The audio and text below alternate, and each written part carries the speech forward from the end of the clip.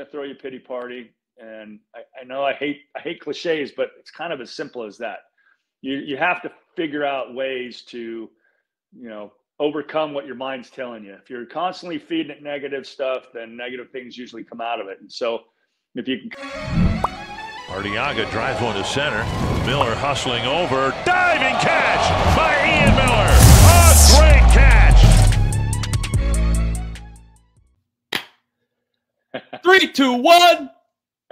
Hello, everybody. Welcome back to another episode of the 9-Hole Podcast. I'm here live on the No Filter Network. This is an extremely special episode brought to you by the Leukemia and Lymphoma Society. We'll talk about that in a little bit. I'm extremely fortunate here to have an MLB Hall of Famer here, talk about his story, talk about the trials and tribulations on, just the different ways of success, overcoming obstacles, man, talking about kind of the involvement in the recruiting space, scouting, perfect game, all that stuff. Trevor Hoffman, how are you doing, man? Thank you so much for being here. Ian, I'm doing great, man. Thanks for having me. I'm looking forward to a chat with you today. I think we have a little bit more in common than you think. I mean, I was a 9-hole hitter, and I didn't get much top of the lineup opportunities. So, and in fact, it ended up turning into a pitching career. So it tells you a little bit about my prowess as a hitter. But I'm looking forward to chatting with you. I love it. So, I mean, I'd love to dive into that. That's first and foremost. But first, I'd like to, kind of lead off with some of the stats just to set the table a little bit. So you were elected to the Hall of Fame in 2018. It's amazing. 18-year MLB career, 15 with the Padres, right? So I wanted to talk a little bit in this recording about maybe what it takes, not just to get there, but to stay there. Going to ask you a little bit about that, maybe some separating type stuff. You were the first player to reach 500 and 600 saves. That's absolutely incredible. The all-time saves leader from 2006 to 2011. And you were an 11th round draft pick, drafted as a shortstop out of the University of Arizona. That's absolutely incredible. I'd love to hear a whole lot about your story. Like I said, the separators, playing the game the right way, going about your business the right way, the perfect game involvement, and just kind of, man, pick your brain on some stuff. This is the 9-Hole Podcast. Would love to provide just great info to the next generation of 9-hole hitters. Trevor, what do you say, man? Is that cool? Sounds great. I'm looking forward to getting all that. I love it, man. So just if you could run me through a little bit about how you got to where you're at. You're a Hall of Fame closer, man. But I'm reading here you're a 150-pound shortstop your junior year of college at Arizona, man. How did this all work out? So I think that's kind of the big hook here is that, you're 2018 Hall of Fame inductee, and everyone has a path. And my path was one that I think might resonate with a lot of common baseball players that are out there. I was undersized through high school, through junior college. Not for anything I did or didn't do. It's just that's part of the hand I was dealt. My older brothers were both much bigger and stronger when they were at that stage in life. And, I just kind of felt like that was normal.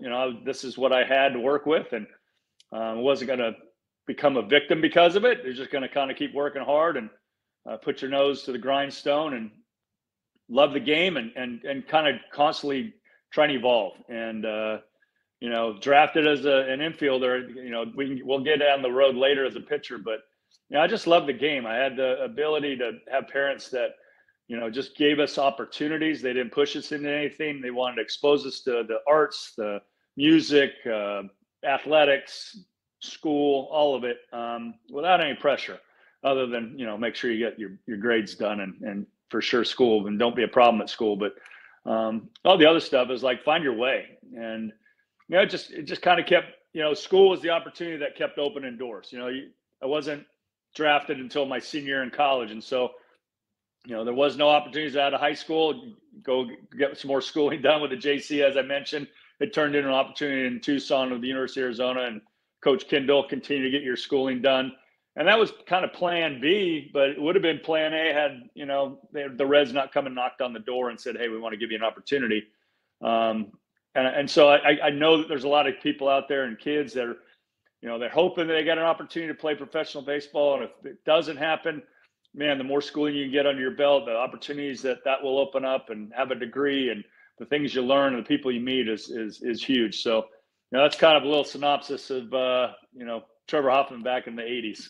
I love that, man. That fires me up. I feel like I was a walk-on in college, right? So I had the 9-hole kind of mindset my whole career, amateur going into pros, all that stuff, man. So the grades were kind of a pivotal part. I was able to walk on, like I was able to get into school in order to walk on. That's something that, when you're talking about opportunity, kind of the landscape of like recruiting nowadays with the portal, they're limiting rounds in the drafts, right? The rules are ever changing, man. It's getting a little bit more cutthroat. So, the grades are just something that maybe you can get in front of, and it's not going to hinder your opportunity, right? Gives you way more opportunity. Honestly, I think what it does, it frees up kids that, I get coming out of high school and that opportunity is there. But, if you have a safety net, it frees you up to go play the game without any shackles on you, really. There's a lot of pressure to perform. There's a lot of pressure to, put up numbers and compete against the guy sitting next to you on the bus. But when you have a little piece of paper in your back pocket that that the things you're learning along the way in professional athletics, it'll serve you in the workforce no matter what you're doing. So, it kills two birds with one stone. For sure. So I have different, coaches, players coming on here talking about their story, talking about their unique grind, to get to the big leagues, to get to where they're at, to achieve all those experiences and stuff. And your story is extremely unique. You said you didn't get a chance to be drafted until the Reds came knocking your senior year of college, right? Did you have did you have an incredible arm then? Like, did you think about pitching before you were asked to kind of transition there? Maybe touch on that.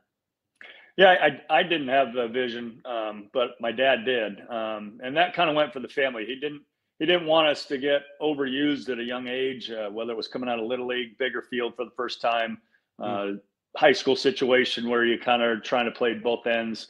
We're seeing probably the greatest player in the world in Ohtani right now, getting a chance to really do it. But even that, he's coming off of a Tommy John. So I would say my father had the great vision where he said, you know what, let the infield role go as long as it can. And if it doesn't work out, it did for your older brother, and it didn't for me. And I had a kind of a fresh arm to kind of fall back on. And so to answer your question shortly, I did. I had a big arm as a kid. It was, something where people weren't sure, if I was really the right age. My size kind of dictated that I was the age I was at, minor leagues and in Little League. But, I was throwing hard. It was a little scary. And, I probably didn't have the greatest command. And so, you don't want to hurt any kids because, at that age, you can scare someone away from the game. But, it was something that I was always aware of and understood I could rely on. But my first thought was, hey, I'm gonna supersede Barry Larkin in Cincinnati one day in Riverfront and be a shortstop the rest of my career, just like my brother did. But things change, and you got to adapt and move and find new paths. And for me, and fortunately, Jimmy Lett, my manager in Charleston, West Virginia, saw that big arm, saw the 25 years at the break that I was airmailing people and at first base, and they're like, hey, let's try this guy on the mound. And things really did kind of work out.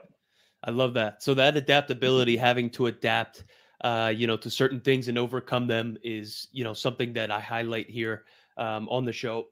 Again, just trying to show the next generation, whether that's minor league, college, high school, middle school, whatever it is, like, dude, everybody's path's different. Like, you don't have to be a first rounder and a full ride dude to get to the big leagues. That's, man, if that's your dream, like I'm just trying to make sure that that's out there, that's known. So I wanted to touch on the adaptability.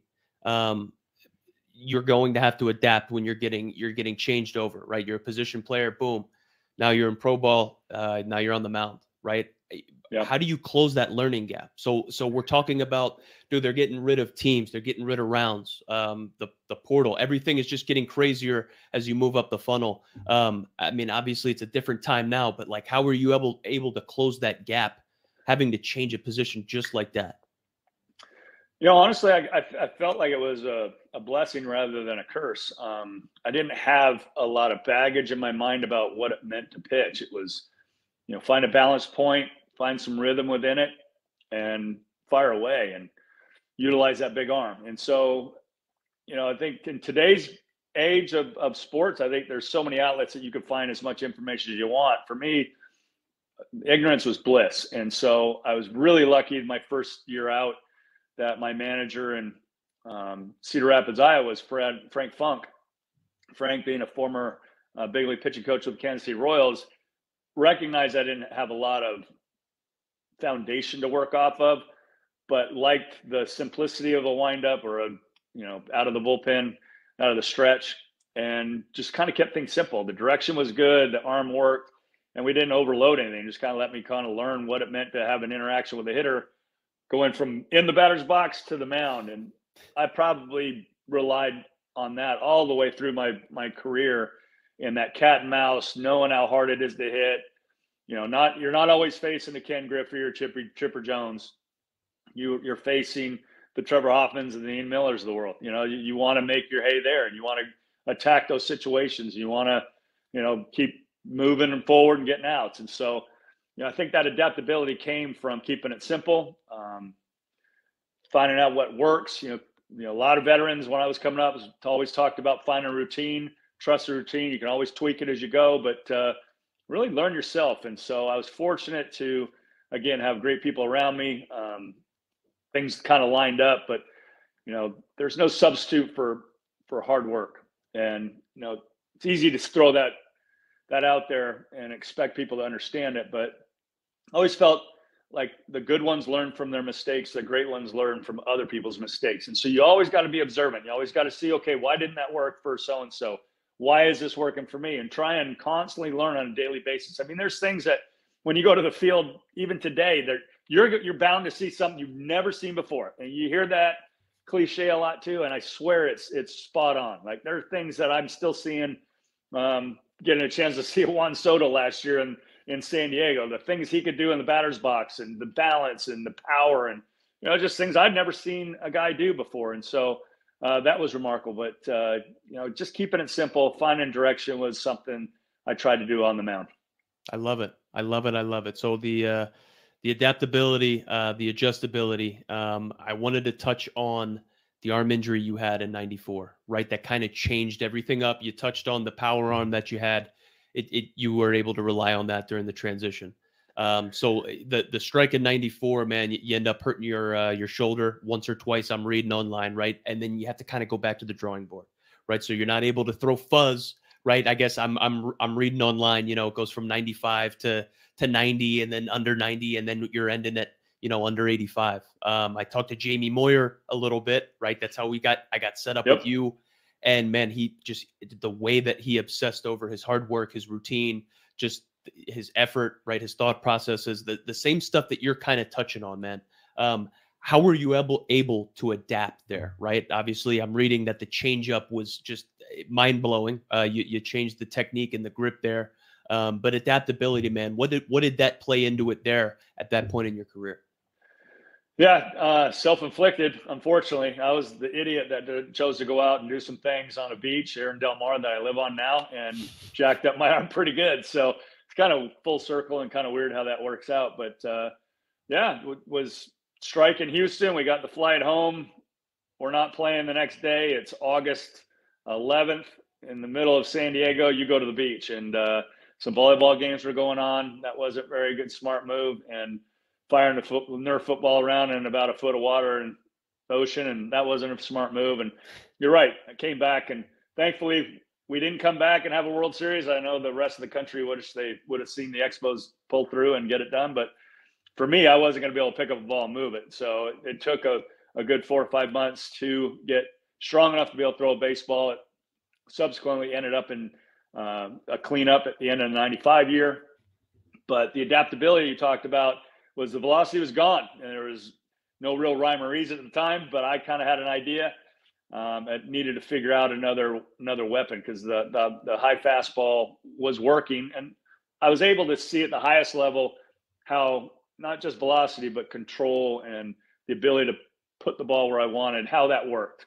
And so I just needed to figure out a way to have another pitch, an equalizer. And I was fortunate to have a teammate, Donnie Elliott, that came over from Atlanta that had a particular grip. And this is what we kind of talk about. If something works, doesn't work for you, talk to your teammates, talk to other pitchers if you're in that part of the world. If you're a hitter, find out a guy that looks kind of like you and kind of take a little something away from their success if they're having it.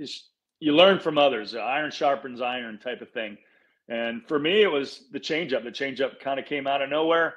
My high arm slot and the grip that he had at the time really worked. It evolved into something a little bit better with kind of a palm ball. But yeah, I kind of lucked out. I dodged a bullet. It became a pitch that, people talk about east and west, north and south.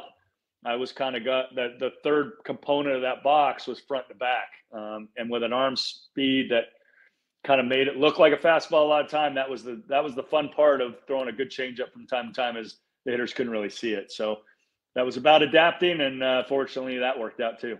Oh, that fires me up. So before I move on, pepper you with some more questions about your mindset, how you were able to kind of outwork your competition, get to where you're at. Would love to give a shout out to the sponsor of the stream today, the Leukemia and Lymphoma Society, the Student Visionaries of the Year. I'd like to give a little shout out to them. So the Student Visionaries of the Year is a leadership development program for exemplary high school students. Highly motivated leaders embark on a journey of professional growth, fostering professional skills such as entrepreneurship, marketing, and project management, all while working to raise as much as possible for the Leukemia and Lymphoma Society's mission. 7-week challenge to raise funds for the fight against blood cancer. Raising money right now. We'll have the link in the bio. I want to appreciate, the LLS, the Student Visionaries of the Year, for sponsoring this stream. Big time goal, big visions, big things coming up.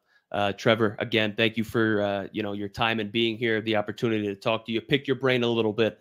So right back into it, man. So playing the game the right way, hard work, character, being a professional, going about it the right way. I go on to Wikipedia and I can read all the stats, right? I can prepare the notes. I can get ready.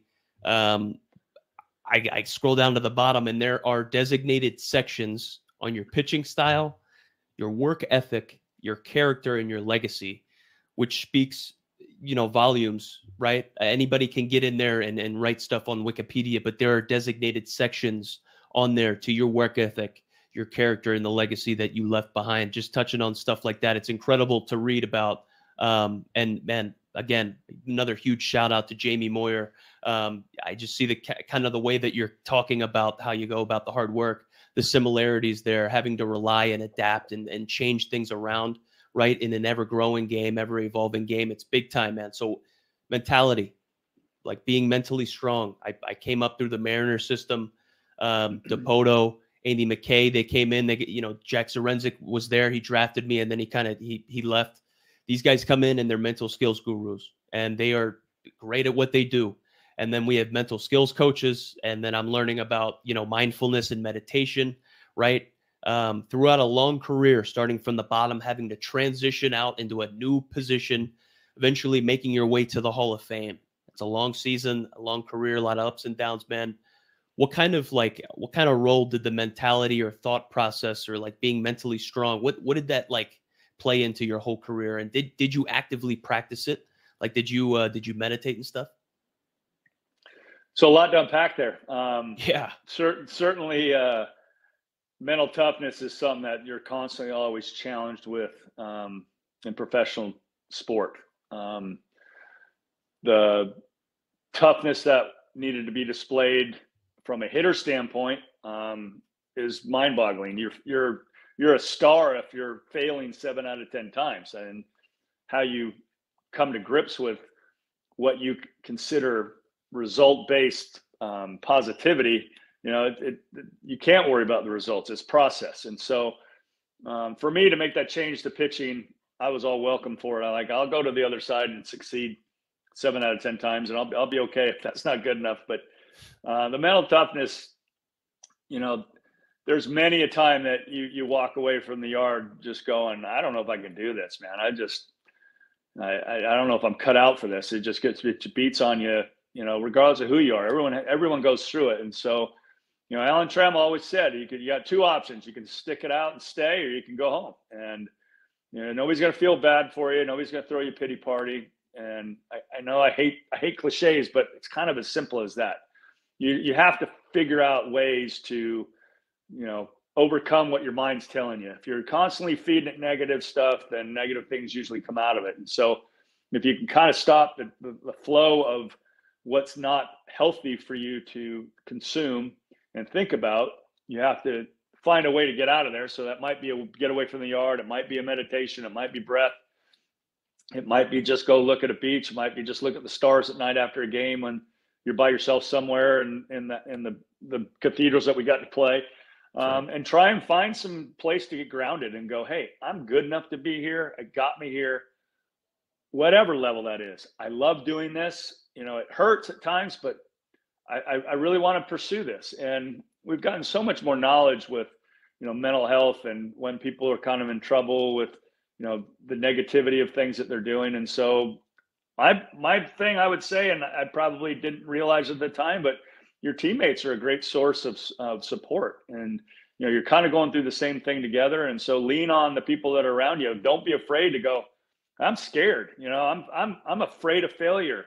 The next one will be, I'm afraid of success. I mean, it's a big gamut there that you're going to have to work through, but don't be afraid to verbalize your fears and just open up your soul a little bit to your teammates, your coaches, and obviously lean on them to try and help you get through that sort of thing. But I was lucky, again, to have an older brother, 10 years older than me, that touched the big leagues when I was 11 and really got to see what it took to, make it and put a dream in front of you and make it happen. I had great parents that worked really hard providing for our family. And an older brother that was a basketball coach that really didn't understand no for an answer. It was the word can't wasn't a part of the vocabulary on his basketball court. And so I had such great mentors around me growing up that I just figured I had enough tools to make this thing work. And then when you start to sail in your own ship, now you're kind of in charge of what you do. And so I was lucky,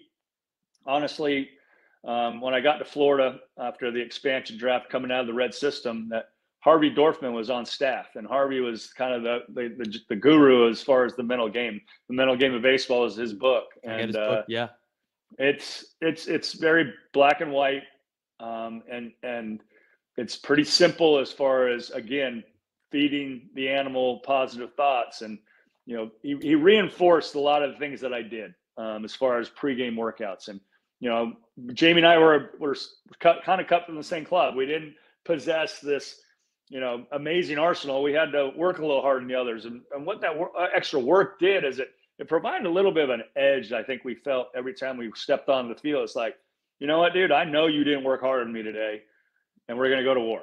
And whatever happens, but I'm not going to get cheated. And I'm not going to quit on you.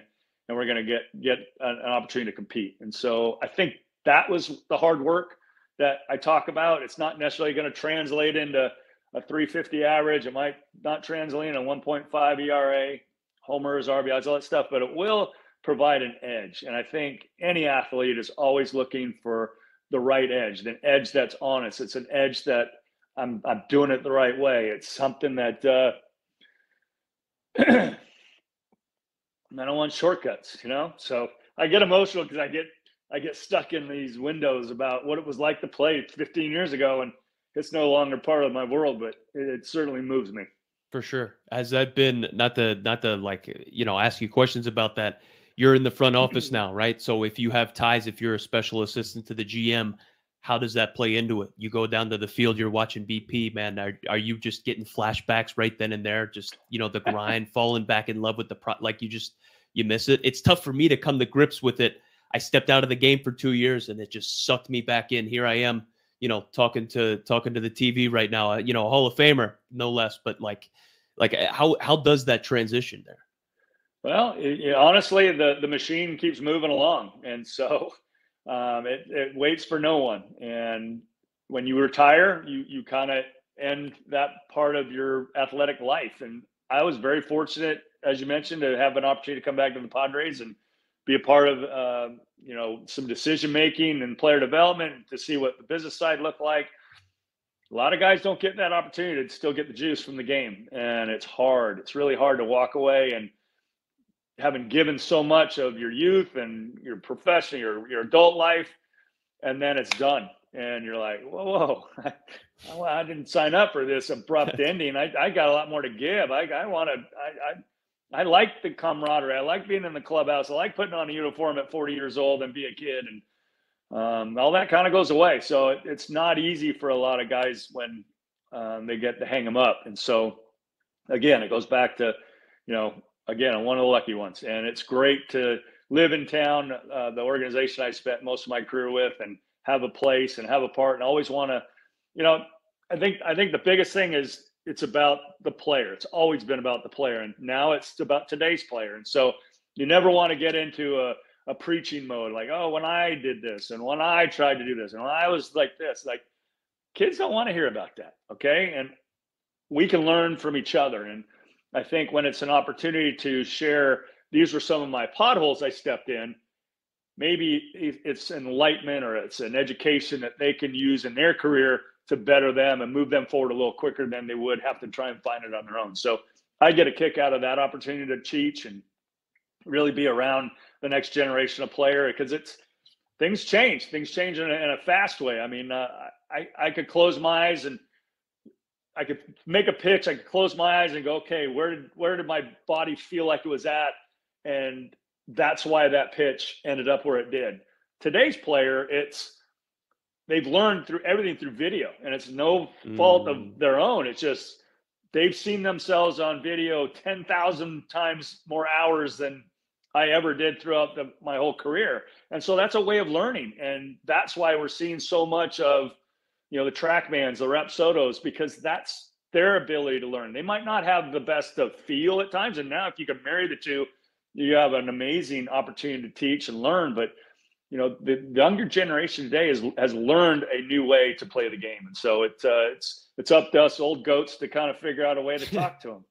I love it. That makes a ton of sense. You were talking a little bit, you touched on how you and Jamie maybe prepared a little bit, how you guys had, similar, nuances, strategies, preparation and stuff. You also earlier, in this recording, man, you touched on routine, having a routine, the importance of a routine. I'm talking, I work with, I spend time with, I preach to younger players and kids that aren't maybe in college yet, playing college baseball, or in pro ball yet, grinding through the minor leagues. Like, they don't necessarily have a routine yet. Man, if different positions, different players, different routines, different needs, different times of the day, man. Let's say it's July, August, whatever it is, April, man, and you're probably going to be hot tonight, playing the crosstown rivals, man. It's you're probably going to be in there. It's going to be a close game. What does the routine look like? Leading up into game time. Were you like a pre-game workout dude? Like, walk me through that if you could. Just the fact that you said 3 different months put me in a different mindset in August, put me in a different mindset in July, and a different mindset in April. Absolutely went through the gamut. So it's crazy how certain things trigger certain emotions and feelings. But, I don't want to get too deep in the routine because it was something that I think everyone's going to figure out. I would say that the biggest component that a player out there needs to understand is time management. And I think if they understand where they're at in a particular moment, if they're getting ready to play a game, if they just finished a game, start thinking about what I'm going to do in the next 24 hours, what I'm going to be expected to do in the next 48 hours, and so on and so forth. All the way out to a 6-month window, all the way out to next year, or look back at next year and go, we just got bumped from the postseason yesterday. It's going to take me 365 days to get back to the exact same spot in a year. And that's scary. And so how do you rise back up, reinvent yourself, stay motivated? It's by having a routine. And for me, it was drill down to the specifics of what I wasn't allowing myself to ever not do. And that's kind of running, like a prisoner of it. There's some things that are rituals. There's some things that are superstitions, but they captivate us. They get us. That's the hook. And so Some of it's good, some of it's maybe not so great and helpful, but that's what you learn over time is your particular routine that you can rely on that's going to get you out of ruts. It's going to keep the wind in your sails when you're rolling, and you tweak it along the way. It's different when you're 25 in April and August. It's different when you're 35 in April and August. And let's take into account what part of the country you're in, or, whatever's going on with your family. Your kids might not have slept. Like, there's so many variables that a player out there today will go through in time. And it's exciting to think about what the canvas looks like. But you think of a blank canvas daily, and then you have a career canvas, and you do your painting. And I know I'm kind of getting a little wigged out, a little off, but time management, I would say that's the biggest thing. I listened to a young man in our system yesterday talk about a playoff opportunity, whether he was going to get a chance to pitch in a 3-game series or not. And there was so much anxiety that built up in 2 days, because he didn't know if he was going to get an opportunity to take the ball in that series or the next series or never get a chance. And so once there was some clarity, it freed him up to not have the anxiety, the energy that he was ready to put forth into his opportunity to take the baseball. And once he said that, it just became abundantly clear that every player out there needs to know what is going to be expected of me tomorrow and what I need to do to prepare to get to that point. Ooh, that's fantastic right there. I wanted to ask you one more question, kind of about how, you kept your arm in the shape that, you had it in. Before I get into maybe some recruiting, some perfect game type stuff, your involvement there, man, obviously we touched on in 94, the injury that you had, having to overcome that, adapt, the way you threw certain pitches, how you attack certain hitter, whatever it was. But man, do you have any advice, any tips, throwing program type ideas? Are you an advocate for long tossing? Like maybe somebody that is going into the Division I level 2-3, going into pro ball, maybe, somebody that wants to strengthen their arm, like, what would you say to do? Think of your arm as a bank account. Every time you pick up a baseball and you chuck it, whether super hard, not so hard, whatever, that's a withdrawal. And so you need to put deposits back in your arm and make sure that you're listening to it. When it's sore, give it some rest. And so that's kind of a macro level type of thing. But for me, I couldn't have had the career I had without two guys, Todd Hutchison and Roger Kaplinger. They're amazing trainers. Larry Starr before that in Florida, but I was so young I didn't need a lot of stuff. But those two gentlemen kept my tail on the field. And they did it in a way where we worked together. I didn't go like a dragster where you're sitting at the start line and you just hammer it down. You're trying to go 300 miles an hour in 2 seconds. It was, I'm going to prep the engine. I'm going to get the body hot. I'm going to figure out what it feels like today with that 15, 20-minute run. And I was a reliever. I ran every day like a starter. But what it did is it flushed all the crap out of the body, got it moving, got it out of the way, got another sense of what my arm felt like, because it felt like crap 15 minutes ago. It's not so bad now. Now I'm going to go in and report to my trainers, and we're going to go through some soft tissue. We're going to go through maybe a little bit more modality, a stem or whatever that's going to help get us to the finish line of that day at 10 o'clock when need to be. So it's paying attention to what your arm's telling you. Certainly arm exercise is important, and we've gotten way more sophisticated with some driveline stuff, with wetted balls, the mechanics of how your body moves, super important. Stay symmetrical so that you're not overloading one side by just throwing. But again, it's knowing yourself. It's a bank account, knowing when you're taking too many deposits out and you need to put some withdrawals back in that account, man. It's you only got one show at this. Every throw matters, no matter what it is, and take care of that. Take care of that wing. Oof, some unbelievable knowledge shared right there from Hall of Famer Trevor Hoffman. Trevor, I appreciate you. So let me just ask you a couple questions about the perfect game involvement, transitioning, kind of, getting acclimated with them, getting involved with them, maybe the showcase and tournament space. It's kind of a different vibe nowadays, right? With technology, man, you can get scouted, you can get recruited online. Justin Topa just got traded from the Mariners. What was it, over to the Twins, I think, today in the Polanco or yesterday, whatever it was. He was out of baseball. LIU dude was out of baseball and put up his Rapsodo and his numbers and, his driveline stuff up on Twitter and stuff, and man, he's closing games for the Mariners. You know what I mean? He's getting action out of the bullpen and in high leverage situations. It's crazy, man. How does everything work with Perfect Game, man? What are they doing? Maybe for somebody that hasn't experienced it, I played in the World Wood Bat, the Perfect Game, like World Wood Bat in Jupiter, Florida. It's the only thing I've ever experienced with Perfect Game, man. So what are you guys doing, and how are you getting involved in the game today? Fantastic stuff. I'll start at the conversation we just had with the trade that went down and the young man out of Long Island making that move. It's the Major League Baseball scout's job to find you. And whatever, he took the initiative to send, video and the numbers, and this is what I'm doing. And someone took a look, and it's MLB's job to find you, and they will. Perfect Game's job is to give you a platform, and they do. I'm not a huge fan of one sport all year round, and we don't condone that. We don't support that. We're not pushing that.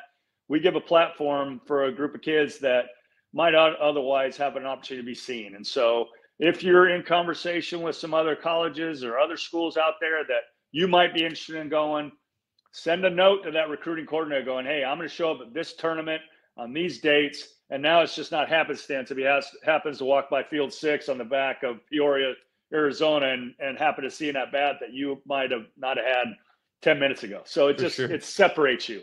The Jupiter tournament is a signature event for us. It's unlike any other. It's the opportunity to see the best of the best on the mound against the best of the best in the batter's box, and a great matchups throughout. It's golf cart heaven. Yeah. Everybody in Major League Baseball has got 10 to 15 guys that are part of the player development system and love to go see the games and love to see the competition. And PG just does a great job of providing that platform. Some of the travel teams can get a little crazy. Everyone has a different motto, a mission statement, agenda. We're just trying to provide the best opportunity for a kid from anywhere in the country to have an opportunity to play against another kid and be able to rate yourself and compare yourself and then expose yourself to colleges and pro baseball.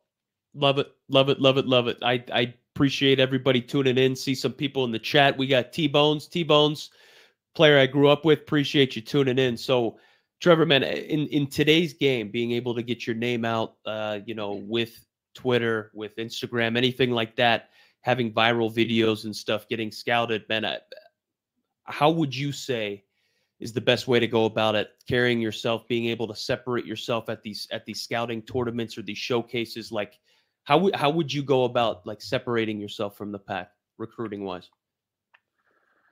Oof, that's a tough one because I'm a guy that's not on social media. I don't have Twitter. I don't really have Instagram. I don't have Instagram. I have Facebook. Somebody does a Twitter account for me, the Padres. So, like, if somebody shows up to watch you pitch or watch you play, like, what are you going to do that's going to be like, wow, we got to give Trevor a shot here? I'm gonna say this, and whether it's doable, not doable, I go to a lot of tournaments, and I see the kids, and I walk by, and all I'll see is this: their face is buried in a device. Okay, I understand there's time to.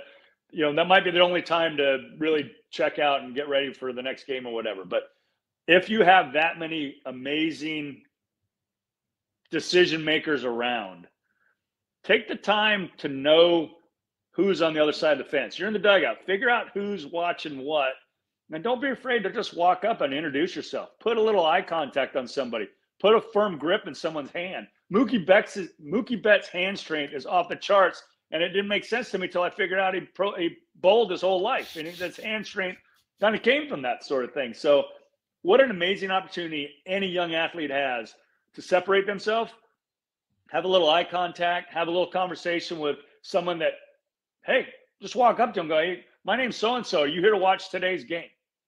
Might end up being Logan White, our guru scout that we have in the San Diego Padres system that's signed a bazillion players. You never know who you're going to talk to. You never know who's watching if you want to take it to that next level. Whether you're slapdicking down the line with your teammates when you're 10 minutes from taking the field, people are watching how you prep, how you prepare for the.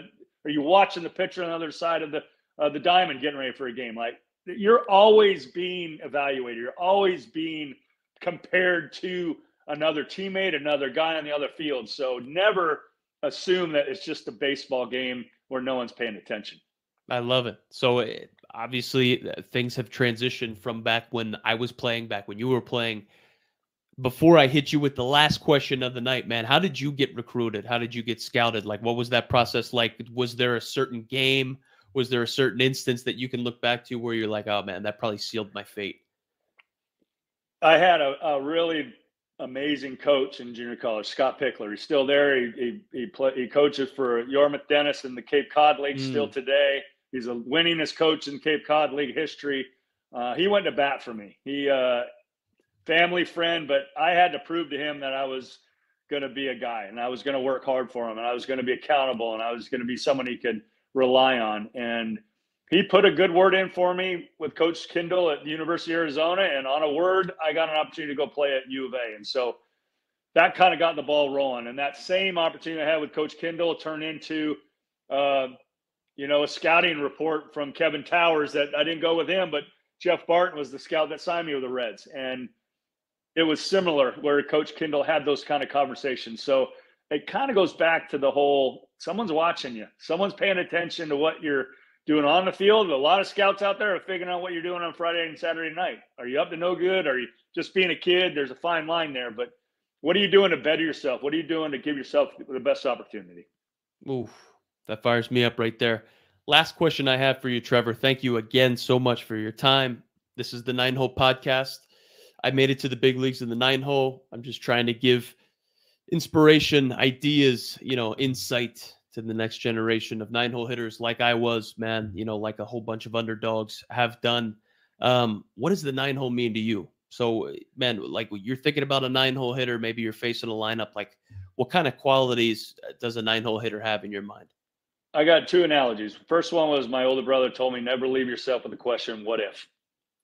What if I would have gotten my sleep last night? What if I'd have gotten a good meal in my body? What if I wouldn't have not taken BP? Just that opportunity to answer that question in the mirror and go, what if? Don't ever leave yourself with that question. And the second one is prepare and do everything as the most selfish individual you can be. Whatever it is you have to do to get ready for that ball game, you be the most selfish person in the world. And when that game starts and you're around your teammates even a little bit before, you be selfless and you pour into them and you give the opportunity for your team collectively as a unit is much stronger than one person, because that selfish attitude will work against you if you try and compete individually, even though it's an individual game played by a team. You prepare selfishly and you give unselfish to your teammates. Oof. Couldn't have said it any better right there, Trevor. I love that. I appreciate you. That's all I got. Oh, man. Thank you for your time. It, man. Is there anything you'd like to plug? Anything you'd like to shout out, man? You're looking forward to this year? No, man. I'm just happy to be a part of everything here. This was a great time getting to chat with you. You're doing an awesome job. Shout out to the people sponsoring your show. I think that's fantastic. High school kids getting after it and their certain demeanors and their disciplines. Good luck to y'all. This was a good time. I appreciate it. I love it. Thank you for everybody tuning in. Again, thanks. Big shout out to our sponsor today, the Leukemia and Lymphoma Society and the Student Visionaries of the Year. Whether you're watching on No Filter Network, on YouTube, or if you're listening in on Apple Podcasts, tell me what you think. Give me a follow, drop a like. Appreciate you guys. Trevor, thank you again so much for your time. I appreciate you, man. Thank you, Ian. Appreciate you. All right. Take care, guys.